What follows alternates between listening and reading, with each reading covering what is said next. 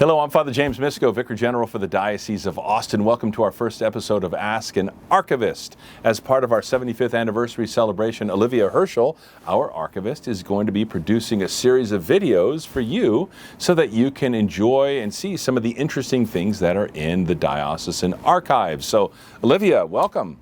Thank you, Father James. So Olivia came to us about a year and a half ago from the Archdiocese of Washington, D.C., and she serves as our official archivist for the Diocese of Austin. So Olivia, tell us, why do dioceses have archives, and what is your role here with Bishop Vasquez? Sure. So dioceses have archives to preserve the history of the church. So as my job as the archivist, I work to collect, identify, catalog all the records of our church. So those records can be a lot. Like anytime a parish buys a new piece of property, or anytime they build a new building, anytime a new priest is assigned to a parish or a new deacon is assigned to a parish, all of that has paperwork and it goes into different files. Anytime priests get ordained or deacons get ordained. When Bishop Vasquez arrived here, there was a series of paperwork items that came through to us that needs to be saved and preserved for the good of the church. Even in our own parishes, if you even go back to parishes from the Middle Ages, they still have archives of baptismal records and confirmation records and records of holy matrimony in those parishes. So the Catholic Church is one of the biggest archival organizations in the world. So Olivia comes here every day and she maintains those records. But one of the interesting things that Olivia has done is she has begun to gather some of the cool artifacts of our diocese over the last 75 years, and quite frankly, even some things that are before 75 years. So Olivia has brought those with her today to show us what she has found in the archives. So what did you bring here, the first item, Olivia? Sure. So this was our first bishop, Bishop Louis Riker. This was the pectoral cross that he wore.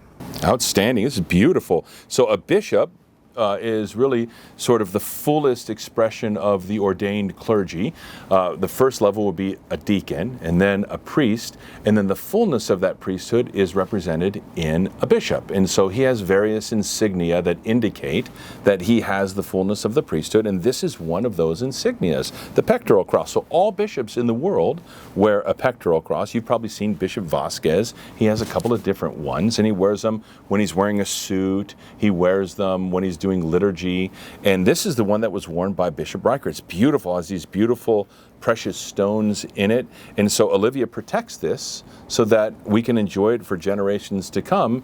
You can imagine in 200 or 300 years someone's going to be saying, wow, that was Bishop Riker's pectoral cross from 250 years ago. So it's really interesting that we have that. Thanks for bringing that with us today. So Olivia, you also dug this up out of the archives as well. Tell us what this is here. Sure. So this is a mitre that the third bishop of our diocese wore, Bishop John McCarthy. Yeah, so mitres, of course, are another sort of symbol of the fullness of the priesthood that the bishop wears. If you look at old pictures of Old Testament scenes, like old paintings, you might see like Moses or Aaron, some of the Old Testament characters, and they wore hats that were similar to this that had these 2 points on them. So when Christianity came about, Christian bishops used that same symbol for the fullness of their priesthood. And for us, we would see these 2 points as indicating the humanity and divinity of Christ, the humanity and the divinity. So the bishop, who is in persona Christi, our high priest, he represents both the humanity and divinity of Christ when he's celebrating the sacrament. So this is a beautiful mitre, has this beautiful damask on there, and really a neat thing. And it's interesting to know that he wore this for liturgy. So I think that's beautiful. Now, you also found this in the archives. Olivia, tell us a little bit about what you think that is. So this is an interesting item because we actually have no context with it. We know it's a container that was used for chrism masses, but we don't know exactly who used it or when they used it. Yeah, so what would happen would be that the bishop, who of course consecrates the chrism, blesses the chrism oil every chrism mass on Tuesday of Holy Week, he would fill this with cotton balls right here, and then he would pour the blessed chrism in here, and then he would take this with him so that when he goes and does confirmations, he would simply have this here with him, and he would dip his thumb in there to place the chrism or to impose the chrism onto the forehead of the confirmation confirmandi. So this is a wonderful old object here that I'm sure was used by one or two or maybe three of the bishops in the Diocese of Austin. So, Olivia, thanks so much for doing this important work of taking care of our history.